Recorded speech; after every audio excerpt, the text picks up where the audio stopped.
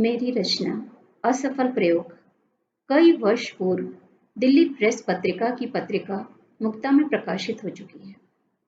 प्रस्तुत कहानी की जीती जागती नायिका पर समाज कैसे प्रयोग करता है, आप स्वयं ही सुनेंगे। तो प्रस्तुत है कहानी असफल प्रयोग।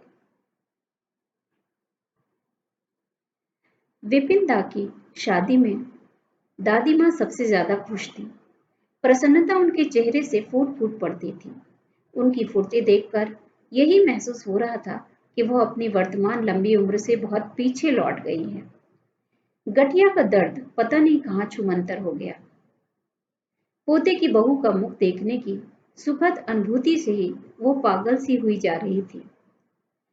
जब घुड़ चढ़ी की रस्म हो रही थी तो अनायास ही माँ की आंखें भर आईं। दादी माँ ने माँ का चेहरा देखकर मुंह बिचकाया और धीरे से बुदबुदाई, इसे तो अपशगुन करने की आदत सी पड़ी है, कभी तो खुशी खुशी काम किया करे। माँ ने आंसू साड़ी के पल्लू से रगड़ दिए थे। माँ के निकट खड़ी मैं नहीं समझ सकी थी कि ये आंसू खुशी के प्रतीक है या मन की किसी भीतरी कसक के। धीरे धीरे विवाह की सभी रस्में पूरी हो चली थी और अब विपिन दा सुंदर सलोनी गुड़िया सी भाभी को लिए दरवाजे पर खड़े थे। माँ ने भाव विभोर होकर दोनों की आरती उतारी। बहू ने फूलों भरे रास्ते पर धीरे धीरे अपना एक एक कदम रखा। उनका संकोच, उनकी शिष्टता देखकर यह प्रतीत हो रहा था कि जैसे उनके मन की सारी कोमलता उनके कदमों में उतर आई है। घर छोटे बड़ों की ठिठोली से मुस्कुरा रहा था। मुंह दिखाई होते होते कब दोपहर से शाम हो गई पता ही नहीं चला। सबसे अंत में चाची ने भाभी को आशीष देते हुए कहा, बहू तू धन्य है, तुझे जीजी जैसी सास मिली। भाभी की श्रद्धापूर्ण दृष्टि माँ के चेहरे की ओर उठकर फिर झुक गई थी। अंधेरा गिरते ही विपिन दा घर के रसपूर्ण वातावरण से कटकर कहीं जाने को तैयार होने लगे। माँ ने अत्यंत दयनीय हो उनको समझाया, बेटा अब तो मान जा, बहू क्या सोचेगी, अब तो तेरा अकेलापन भी दूर कर दिया है हमने। कितनी प्यारी सलोनी बहू है, मुझ पर ना सही उस पर तो रहम कर। छोड़ दे बेटा पीना, घर की सुख शांति सब होम हो जाती है उसमें। विपिन दा पर माँ के इस अनुनय विनय का कोई खास असर नहीं हुआ था। जरूरी काम का बहाना कर वह घर से खिसक लिए। चाची पीछे से कहती ही रह गई कि आज के दिन घर से बाहर नहीं निकला जाता। इधर दादी माँ का अपना अलग ही पुराण चल रहा था। अब बहू आ गई है, सब संभाल लेगी, बड़ी सुघड़ है हमारी बहू। भाभी की प्रशंसा में उन्होंने मुहावरों की झड़ी लगा दी। दादी माँ की प्रशंसा पाकर भाभी पुलकित हो उठी, लेकिन वो मन ही मन परेशान भी हो रही थी कि उन्हें क्या संभालना होगा। एक भरे पूरे घर की बहू बनने के बाद आखिर ऐसी कौन सी अनजानी जिम्मेदारी लादी जानी है उन पर।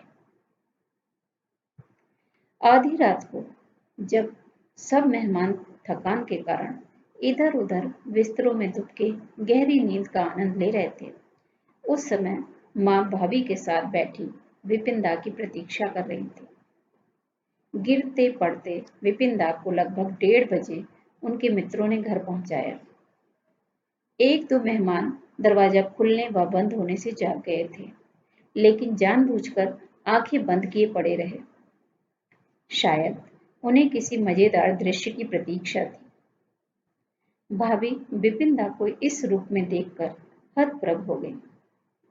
उन्हें लगा कि वो किसी हिंदी फिल्म का कोई टुकड़ा देख रही हैं, जिसमें नायक पहले एक दिन ही लड़खड़ाता हुआ अपनी नवविवाहिता को अपनी रईसी का बड़े दम्भ से परिचय देता है। लेकिन नहीं, ये तो उनकी आंखों के समक्ष घटित होने वाला यथार्थ था। इसे किसी फिल्म का अंश कैसे मान लेती हो। माँ की आंखों से अविरल आंसुओं की धारा बह रही थी। कितना समझाया था विपिन को, यहाँ तक कि अपने ममत्व तक का वास्ता दे डाला था, लेकिन सब प्रतिकूल रहा। भाभी की आंखें कुछ प्रश्नों के साथ माँ के चेहरे पर टिक गईं और माँ अपराधीन सी जैसे अपने बेटे की इस अभद्रता की माफी मांग रही थी। लेकिन माँ का दोष, हाँ, दोषी ना होते हुए भी दोषी थी क्योंकि वह माँ थी। ये तो मैं जानती हूँ कि शादी से पूर्व घर में कितने झंझावात आए थे। रोज रोज वही तनाव भरा वातावरण। जब जब माँ ने विपिन दा के विवाह का विरोध किया, दादी माँ अपने प्यारे पोते का पक्ष लेकर माँ के मायके तक उतर जाती थी। माँ जानती थी जिसको जन्म दिया उसे वह नहीं समझा सकी तो बहू उसे एक दिन में कैसे बदल सकती है। लेकिन दादी माँ का ही क्या, न जाने कितने परिचितों का परामर्श यही था, बीवी को आ जाने दो जरा, सब ठीक हो जाएगा। अरे, शादी के बाद तो बड़े बड़े संभल जाते हैं, फिर विपिन तो अभी बच्चा है, जिधर चाहे उधर मोड़ दो। मैं स्वयं नहीं समझ सकी थी कि 26 वर्षीय पूर्ण वयस्क अभी तक बच्चा कैसे है, लेकिन मुझे और माँ को तो एक ही वर्ग में शामिल कर दिया गया था। तू चुप कर, छोटी है, छोटी की तरह रहा कर। मेरी आंखों में आंसू आ जाते थे। कौन जाने ये दादी माँ की झिड़की का असर होता था या किसी हम उम्र के जीवन की बर्बादी का त्रास। विपिन दा के दफ्तर से लौटते ही भाभी नाश्ता लेकर तैयार रहती और उन्हें अपने कमरे में ले जाती। उनको समझाती, अपनी कसम देकर रोकती। 2-4 दिन भाभी का मोह जाल उन्हें अपने में बांधे भी रहा। घर में जैसे खुशियां एक बार लौट आईं, लेकिन फिर अपने पुराने ढर्रे पर उतरने में उनको देर नहीं लगी। भाभी भीतर ही भीतर घुटती। एक दिन तो हद हो गई। विपिन दा ने भाभी को दरवाजे से हटाने के लिए इतनी जोर से धक्का दिया कि वो हाथ के बल फर्श पर गिरी। उनके हाथ की हड्डी टूट गई थी। लौटने पर विपिन दा ने भाभी के दर्द भरे चेहरे को देखा, लेकिन दृष्टि मिलाने का साहस नहीं कर सके। चुपचाप आंख मूंद कर लेट गए। भाभी को डॉक्टर के यहाँ माँ ही ले जाती। विपिन दा ये कहने की हिम्मत नहीं कर सके कि सपना को मैं डॉक्टर के यहाँ ले जाऊंगा। उनकी पत्नी से जैसे उनका ही कोई संबंध नहीं रहा। कभी कभी अपराध भावना से ग्रसित हो कर वह चिल्ला पड़ते, माँ मैंने ही तोड़ा तुम्हारी बहू का हाथ, तुम सब मेरा हाथ क्यों नहीं तोड़ देते। माँ सहज हो उन्हें शांत कर देती। विपिन दा अब बाहर बहुत कम निकलते। भाभी की निश्चल आंखों को शून्य में घूरते देखते तो वो परेशान हो उठते। उनसे माफी मांगने के लिए शब्द भी नहीं थे उनके पास।